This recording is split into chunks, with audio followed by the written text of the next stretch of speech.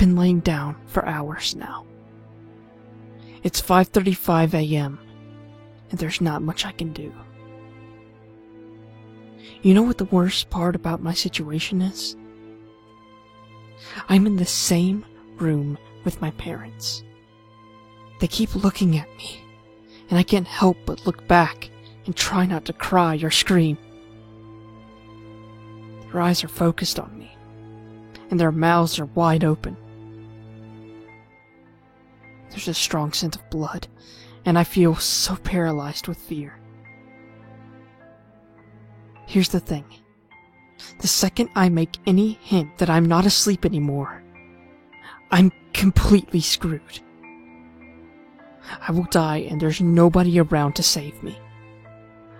I've been trying to think of a way out, but the only idea I've had is to rush for the door and run outside and scream for help, hoping my neighbors will hear me. It's risky, but if I stay here, I'll surely die. He's waiting for me to wake up and see his masterpiece. You're probably wondering what's going on. I do get ahead of myself sometimes. About 3 hours ago, I heard screaming from the other side of the house.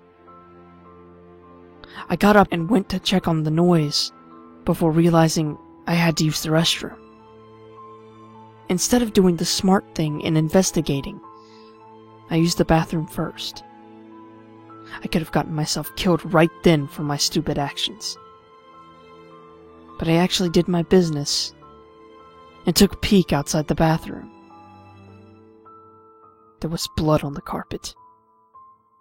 I got very worried and ran back to my room, hiding under the sheets. I tried to convince myself to go back to sleep, that it was all just some really vivid dream or something. But I heard my bedroom door open. Like the terrified child I was, I peeked from under my blankets to see what was going on. I could see something dragging my dead parents into the room. It wasn't human, I can tell you that. It was hairless, with no eyes and no clothing. It walked like a caveman, with its back slouched as it dragged my parents. But this thing was much smarter than any caveman. It was aware of what it was doing. It propped my dad up on the edge of my bed and made him face me. It then sat my mother down in the chair and positioned her towards me as well. It then started rubbing its hands upon the walls, staining them with blood. Then drew a circle with a devil's pentagram in it. This thing had made what it would probably call a masterpiece. To finish it off, it scribbled a message onto the wall that I couldn't read in the darkness.